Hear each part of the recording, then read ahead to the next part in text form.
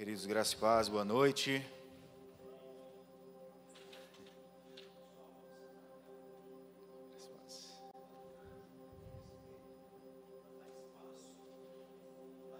Vamos lá então, foi só um ensaio. Queridos, graça e paz, boa noite. Amém. Amém. Estamos aqui mais uma vez para ouvir a palavra de Deus. A palavra que é poderosa para nos transformar, para nos moldar. Peço a sua atenção para cada palavra. Foque naquilo que o Senhor está falando nessa noite, desde os louvores. O Senhor já tem falado com você, momento de entrega, momento de abrir de fato e rasgar seu coração na presença dEle. Nós vamos meditar nessa noite sobre propósito. É uma palavra forte. E o título da mensagem é Jovens com um propósito. Eclesiastes, capítulo de número 11, a partir do versículo de número 9. Livro de Eclesiastes, capítulo 11, versículo 9. Toda honra e glória ao nome de Jesus. Toda honra e glória ao nome de Jesus. Senhor, como diz a Tua palavra, não a nós, Senhor, não a nós, mas ao Teu nome da glória, Senhor. Ao Teu nome, ao Teu nome, ao Teu nome. Obrigado. Eclesiastes 11, 9 diz: Alegre-se, jovem, na sua mocidade, e que o seu coração lhe dê muita alegria nos dias da sua juventude. Ande nos caminhos que satisfazem ao teu coração e agradam aos seus olhos. Saiba, porém, que de todas essas coisas Deus lhe pedirá contas. Afaste do seu coração a mágoa e remova do seu corpo a dor, porque a juventude e a primavera da vida são vaidade. Capítulo 12, versículo 1. Lembre-se do seu Criador nos dias da sua mocidade, antes que venham os dias maus e cheguem os anos em que você dirá: não tenho neles prazer. Vamos orar nesse momento.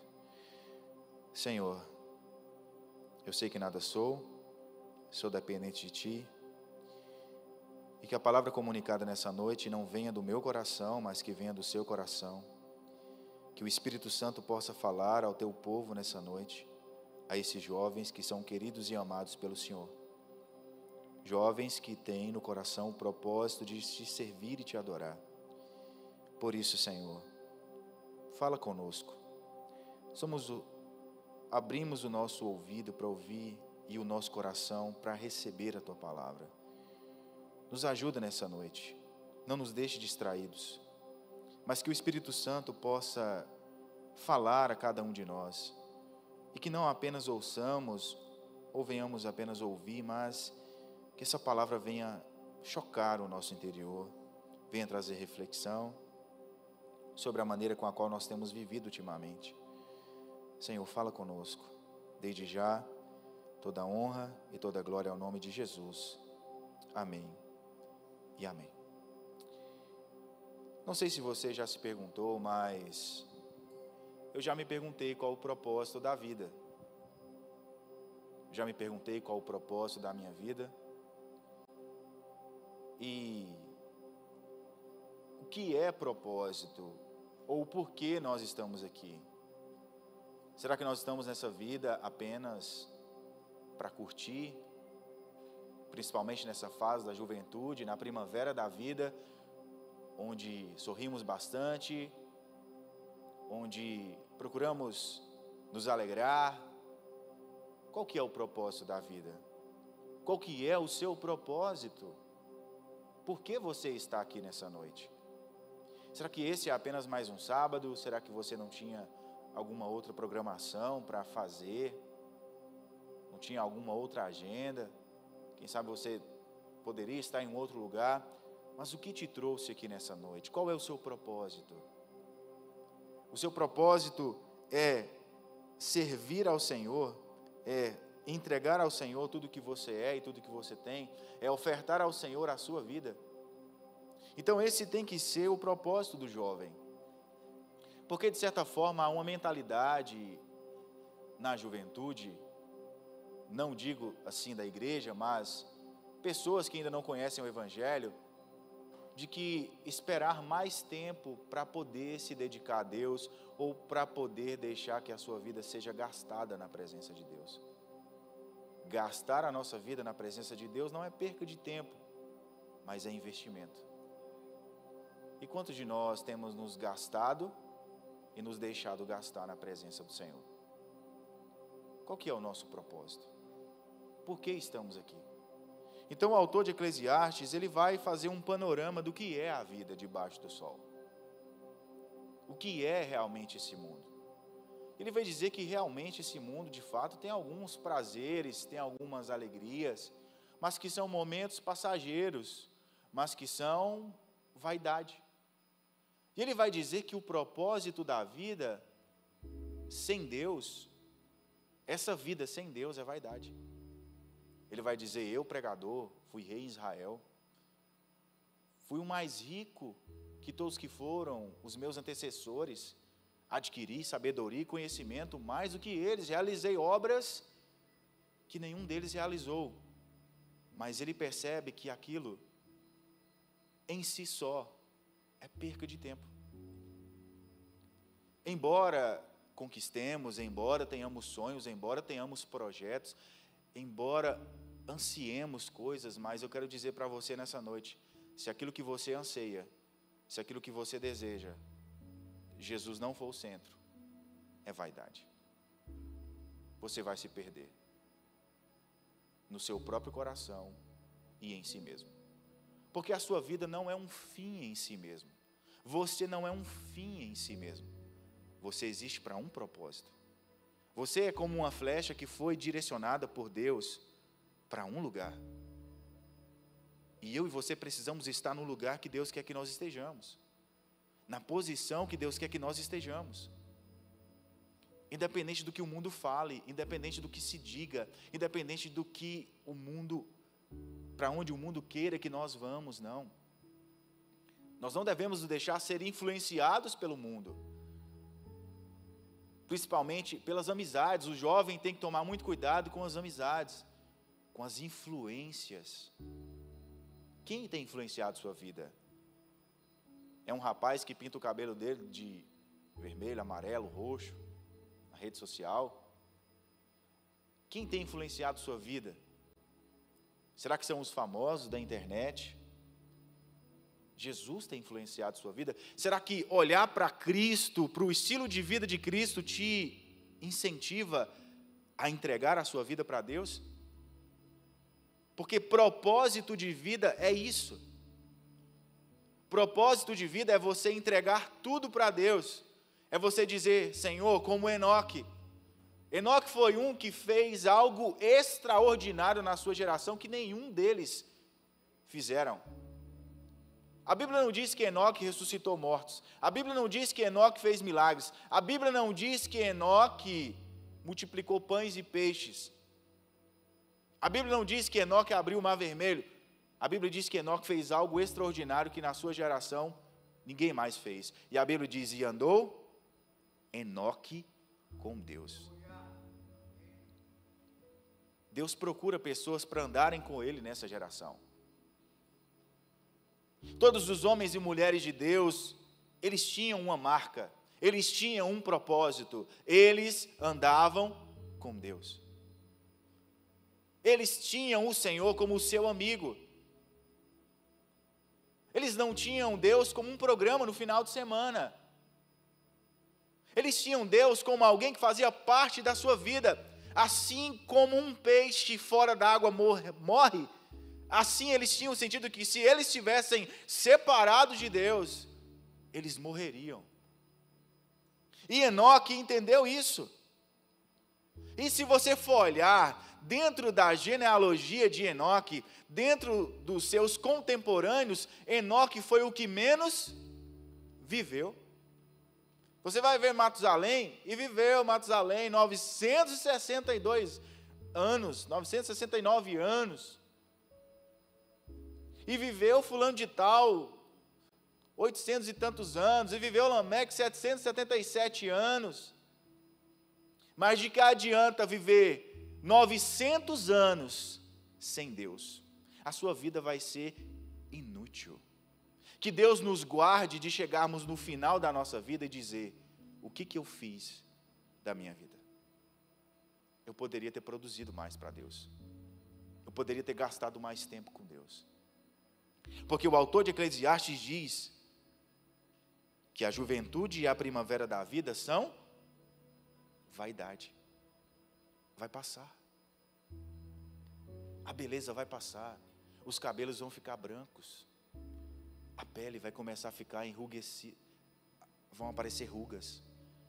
E não tem plástica que vai resolver esse problema. Não tem botox que vai resolver isso aí não. Os nossos cabelos brancos, eu já estou com a barba começando a ficar branca já. Hernando Dias Lopes diz que quando os nossos cabelos começam a ficar brancos, é a morte dizendo: ei, essa vida é passageira. Então o que vale a pena nessa vida?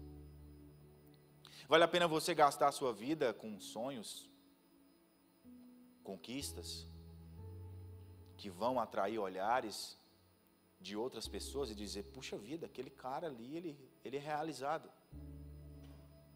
Mas será que é isso que Deus tem? É isso que Deus espera de nós? Embora Enoque viveu uma breve vida, o peso da vida de Enoque foi muito mais pesada espiritualmente do que a vida de Matusalém. Jesus também foi alguém que teve uma breve vida na sua geração. Mas em meio dos seus dias, na sua juventude, quando ele morre e oferece a si mesmo a Deus, para cumprir o propósito de Deus, porque Jesus tinha um propósito. E qual era o propósito de Jesus? Cumprir o propósito de Deus. Jesus então, com sua breve vida, ele tem uma vida com muito mais peso do que qualquer um que pisou na face dessa terra. De que adianta viver longos dias sem Deus? De que adianta ter grandes conquistas sem Deus? Então o livro de Eclesiastes vai girar em torno disso. Não há nada novo debaixo do sol. A vida em si é fútil. De que adianta gastar a nossa vida com coisas que são passageiras? A eternidade é logo ali. Por isso, ele vai deixar alguns conselhos práticos para nós que somos jovens.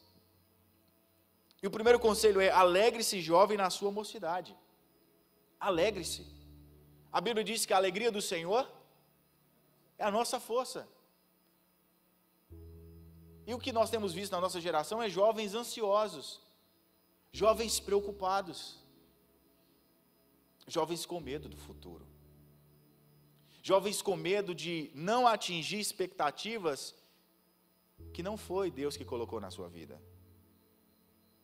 Isso gera frustração. Colocam muitas vezes, pessoas colocam sobre nós muitas vezes expectativas que não é aquilo que Deus espera de nós. E carregamos esse fardo.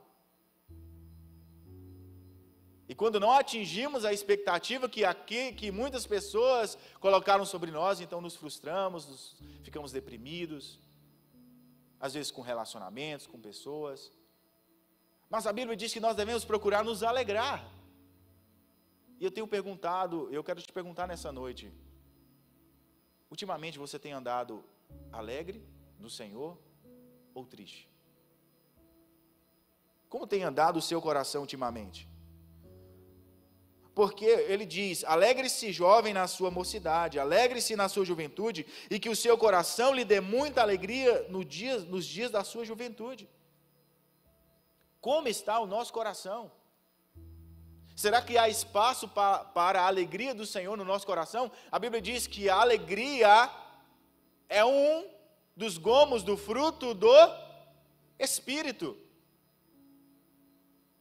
A Bíblia diz que o fruto do Espírito é amor, paz, alegria. O que tem faltado em nós? Por que não temos alegria? Por que não temos alegria em ir para o culto? Por que não temos alegria em entregar a nossa vida ao Senhor? E viemos aqui e cantamos, perdendo tudo por amor e com alegria. Será que temos alegria em perder algo passageiro para ter algo eterno? Há uma troca de valores nessa espiritualidade. Estamos trocando algo eterno pelo passageiro, estamos invertendo os valores, estamos com os olhos aqui e não na eternidade. Estamos com os olhos voltados muitas vezes para nós mesmos, para os nossos sonhos, para as nossas conquistas, enquanto o Senhor espera que nós entreguemos o nosso coração para Ele encher o nosso coração da alegria da presença de Deus. Na presença de Deus há constante alegria. Os anjos, ao contemplar o Senhor, eles se alegram. Porque nós, como adoradores, nos tornamos aquilo que contemplamos. E onde estão os nossos olhos? Ele vai falar, ande nos caminhos que satisfazem o seu coração e agradam aos seus olhos. Onde estão os nossos olhos? Para que lugar nós temos olhado? Para quem nós temos contemplado? Será que temos contemplado a Cristo como o Senhor da nossa vida? Será que de fato somos discípulos de Jesus? Ou estamos enganando a nós mesmos, culto após culto, sábado após sábado, domingo após domingo, com uma espiritualidade que nós sabemos que não é real? Será que o nosso culto a Deus é verdadeiro? Será que a nossa motivação em estar aqui é de verdade mesmo? Alegre seu coração.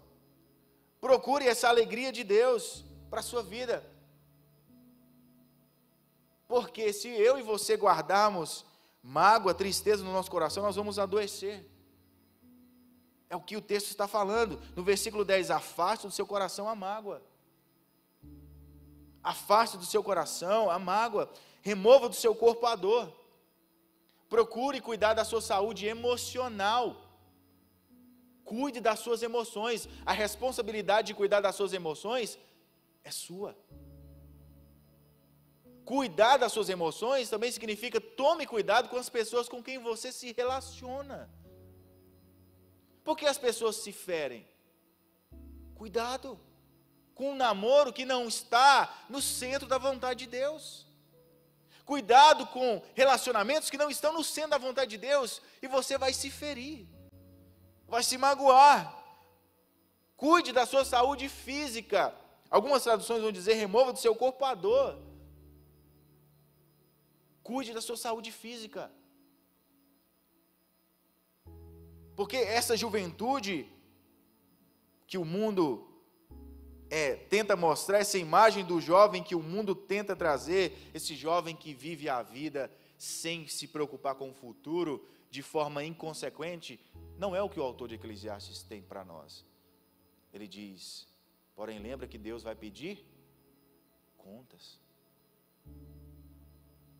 de mim e de você.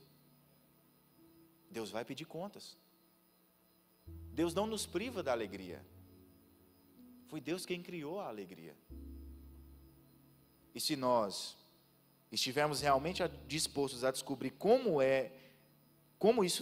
servir ao Senhor nos alegra, quando entregarmos tudo para Ele, nós vamos descobrir que servir a Deus é muito mais prazeroso do que a gente imaginava. Então, cuidado com os relacionamentos. Cuidado com a mágoa. Cuide da sua saúde física. Muitos jovens, por não observar esses caminhos, estão plantando doenças na sua saúde física. Consumindo drogas. Quantos aí misturam bebidas alcoólicas com tanta coisa? Tem uns que vão parar no hospital porque misturou uma bebida alcoólica, quase morreu. Quantos estão aí fumando narguilé? Estão plantando doenças para o futuro. Lá na frente vai depender de um aparelho para respirar. Vai depender de pessoas para cuidar dele. Então pense na sua saúde física também. Porque o seu corpo ele é limitado. Cuide da sua saúde física. Cuide da sua saúde emocional. Cuide de você. Paulo escreve para Timóteo: tome cuidado, tenha cuidado de ti mesmo e da palavra. Timóteo era um jovem pastor. Cuide de você mesmo. Se cuide. Deus não quer ver você com mágoa no coração. Deus não quer ver você plantando doenças na sua vida. Então seja prudente, saiba que a sua vida ela tem um propósito, e esse propósito é servir a Deus, e a vontade de Deus para a nossa vida, ela é boa, agradável e perfeita. A Bíblia diz que os mandamentos do Senhor não são penosos. Servir a Deus não é um peso. Servir ao pecado, sim, porque o pecado te promete prazer, mas te gera tristeza. Ele te promete uma coisa, mas ele rouba o que é mais precioso de você, a presença de Deus. O pecado te promete, ele vai te levar a lugares que você gostaria de estar distante. E o pecado vai te levar a lugares onde você não queria estar, mas a proposta dele é enganosa. Então você e eu, como jovens, temos que lutar para que nós permaneçamos no propósito de Deus para a nossa vida, na alegria de servir ao Senhor, sabendo que essa alegria que está reservada para quem serve a Deus é uma alegria plena, não uma alegria passageira, não é uma alegria que é produzida, ou um prazer que é produzido por o uso de uma substância química que dura poucas horas. Não é uma alegria pela ingestão de bebida alcoólica, que depois que a pessoa está naquela ressaca, ela vai dizer: meu Deus, o que eu fiz da minha vida? É o que o mundo tem para oferecer.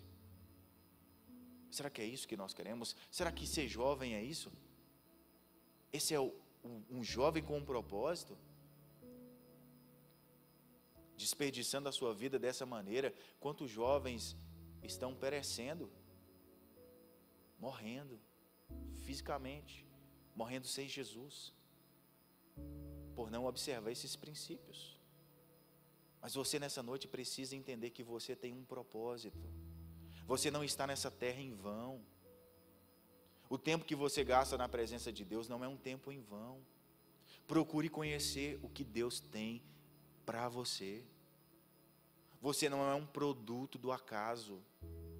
Embora nem você mesmo saiba explicar como você veio a esse mundo, embora nem seus pais saibam explicar como que você veio a esse mundo, você não está aqui por acaso. Deus tem um propósito na sua vida. Só que para entender esse propósito, você precisa buscar a Deus.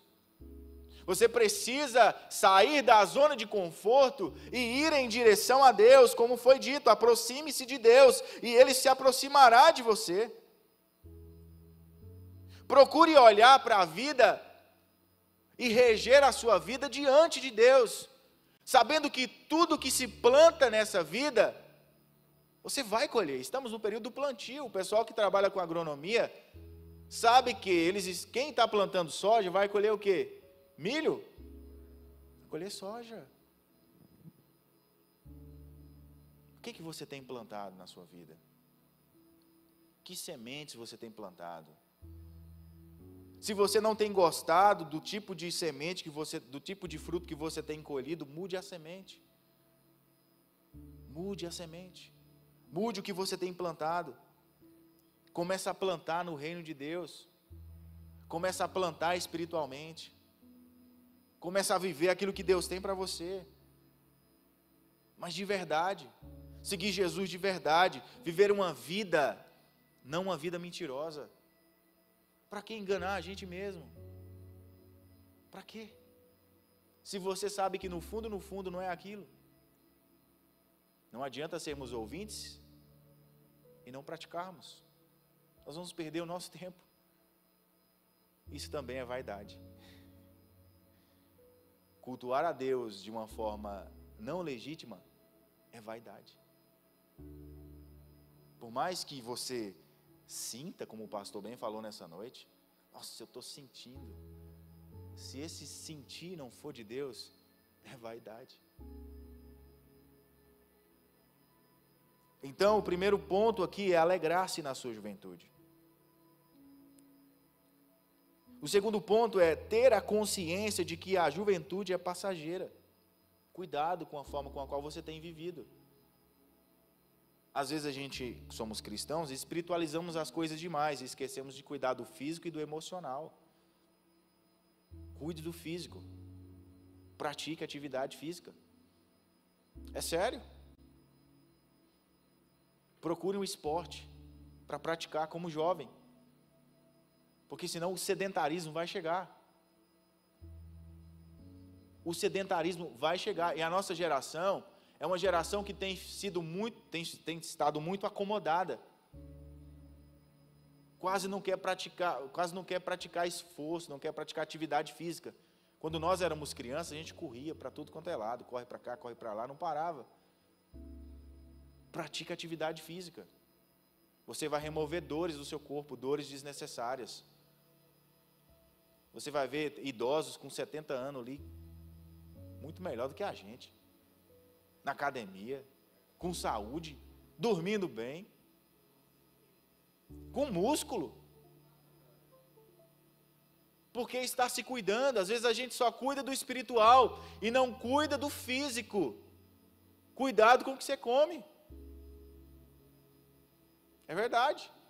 Às vezes a gente não para pensar. Devemos tomar cuidado com o que nós comemos, devemos cuidar da saúde, devemos praticar exercícios. Remova do seu corpo a dor, porque a vida e a juventude são passageiras. Essa força que você tem, ela vai se esvair, ela não vai durar para sempre. A nossa vida nesse mundo, ela não é para sempre. Então, se nós temos pouco tempo nessa breve vida, de que maneira gastar esse tempo? Qual é a melhor forma de investir esse tempo?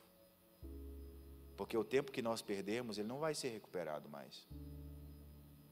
O que perdeu, não tem como ser recuperado. Por isso Paulo diz que nós devemos remir o tempo. Nós não temos tempo. Não adie para amanhã coisas que Deus já pediu para você fazer hoje. Não empurre para o amanhã decisões que você precisa tomar agora. Deixar coisas que você precisa deixar, não amanhã, mas agora. Coisas que Deus está falando com você aí, que Deus já falou, ó. E você vem só adiando. Não, Senhor, isso aqui dá para eu administrar. Decida o que você quer. Então, alegre-se na sua juventude. Tome cuidado com a maneira com a qual você vive, pois Deus vai pedir conta disso. E, para finalizar, terceiro ponto, lembre-se do seu Criador nos dias da sua juventude. Lembrar-se de Deus aqui não é apenas uma atitude mental. O que Deus espera de nós, nossa, lembrei de Deus hoje. Não é um vago pensamento, nossa, lembrei de Deus.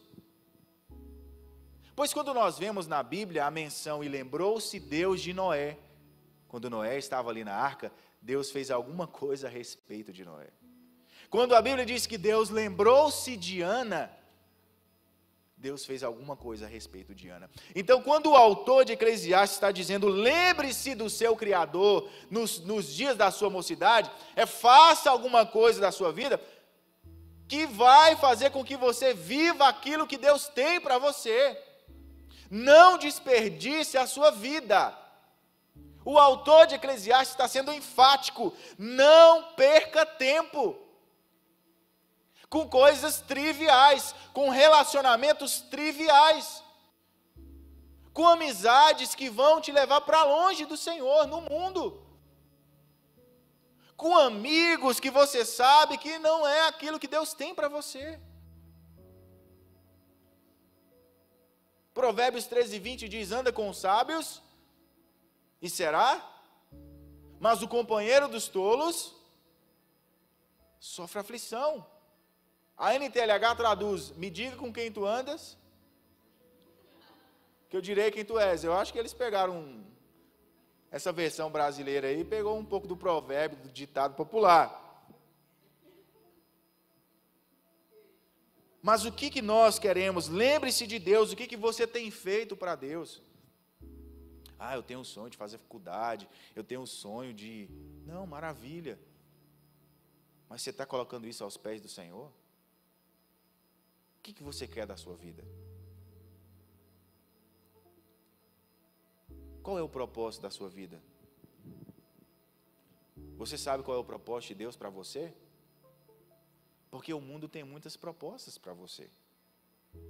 Satanás também tem propósitos para você, sabia disso?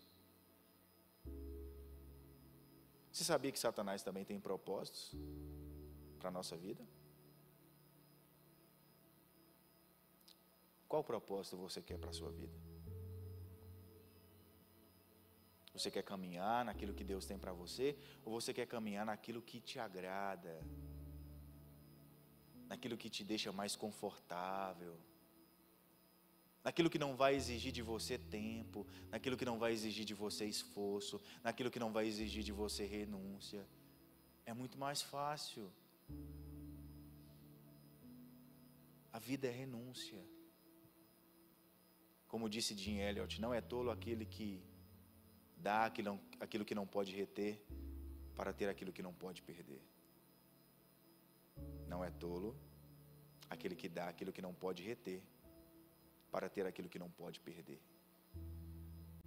Se nós ficarmos segurando essa vida e falando assim: Senhor, eu não vou te dar meu tempo, não vou te dar a minha vida. Você está segurando a sua vida como tentando segurar um óleo com as mãos. A sua vida, a minha vida está escorrendo pelas nossas mãos e a gente está tentando segurar algo que a gente sabe que vai perder. Não é tolo aquele que dá aquilo que não pode reter, a nossa vida, para ter aquilo que não pode perder, a vida de Jesus. Não é tolo aquele que dá os seus propósitos para Deus e para receber de Deus um propósito, um novo significado. Então é isso que o Senhor tem para nós, jovens com um propósito. E qual é esse propósito? Viver para a glória de Deus. É isso que o autor de Eclesiastes vai dizer no capítulo 12, do versículo 13, ele vai dizer o seguinte: de tudo que se ouviu, a conclusão é esta: tema a Deus e guarde seus mandamentos, porque isso é o dever de cada pessoa. Porque Deus há de trazer a juízo todas as obras, até as que estão escondidas, quer sejam boas, quer sejam más. Isso é liberdade. Deus nos dá liberdade para agirmos e Ele coloca limites nessa liberdade. Você quer se alegrar, jovem? Se alegre. Você quer andar, jovem, nos caminhos do seu coração? Ok. Você quer andar nos caminhos que agradam os seus olhos? Ok. No entanto, lembre-se de uma coisa: Deus vai pedir conta. Deus vai pedir conta da maneira com a qual nós temos vivido. Deus vai pedir conta de maneira com a qual nós temos administrado a nossa vida, porque esse corpo não é nosso. Esse corpo nos foi dado para servir a Ele. E muitos receberam esse corpo de Deus e estão postando seu corpo numa rede social. Estão expondo seu corpo numa rede social. Muitos receberam os olhos de Deus, receberam os olhos de Deus, o dom de enxergar como um presente, e estão com olhos aonde não devia estar. Paulo escreve para Timóteo: fuja das paixões da juventude, fuja das paixões da mocidade. Cuidado com a pornografia, jovem. A proposta de Satanás é corromper a sua sexualidade. Fuja, lute, Deus é com você. Não aceite as propostas do mundo, essa sensualidade do mundo. Esse não é o propósito de Deus para você. Então o que Deus tem para você é, de tudo que se ouviu, e a conclusão é essa: tema a Deus e guarde os seus mandamentos, porque tudo isso é o dever de toda pessoa. Deus tem promessa de alegria para nós. Quantas pessoas têm tanto, mas não têm a alegria do Senhor? De que adianta ter tudo, mas não ter a alegria do Senhor? A alegria do Senhor é tão importante que Davi, quando ele peca e se arrepende, no Salmo 51 ele fala: restitui-me a alegria da tua salvação. Então, mais uma vez eu pergunto: qual é o seu propósito? O que você quer da sua vida? Não, de verdade, vá para casa com esse pensamento. O que você tem feito da vida que Deus te deu? Porque no final, você não vai estar diante do pastor Rafael, você não vai estar diante do pastor Marcondes, você não vai estar diante de seu pai, da sua mãe, do prefeito, não vai estar diante do pastor Antônio. Você vai estar diante de Deus para prestar conta do que você fez ou do que você deixou de fazer. E você vai receber de quem a recompensa? De Deus. O autor, ele é enfático e deixa isso bem claro para nós. Por isso não adianta nós vivermos uma vida voltada para nós mesmos ou voltada para cumprir expectativas de pessoas. Viva para Deus. Sua vida vai ser mais leve. Aquilo que Deus tem para você vai ser muito mais leve. Carregue o fardo de Cristo, as cargas de Cristo, e não suas cargas, e não as cargas que os outros querem que você carregue. Seja aquilo que Deus quer que você seja, e não aquilo que os outros querem que você seja, e não aquilo que você mesmo quer que você seja. Muito sofrimento da sua vida, muita preocupação da sua vida pode ser evitada se você decidir viver aquilo que Deus quer. Mas a pergunta que não quer calar para nós é a seguinte: muitas vezes não queremos viver aquilo que Deus quer para nós porque estamos recebendo algum benefício do pecado. Que tipo de benefício nós temos recebido para permanecer vivendo fora do propósito de Deus? Então, queridos, jovens com um propósito. Que fica essa mensagem para o seu coração nessa noite. Gostaria de te convidar a ficar de pé. Eu vou orar por você, vou passar a palavra para o pastor Marcondes.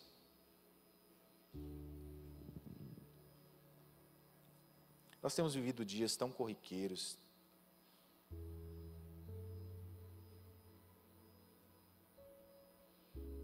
Às vezes tantas aflições, tantas preocupações, ansiosos. Coloque seu coração diante do Senhor nesse momento.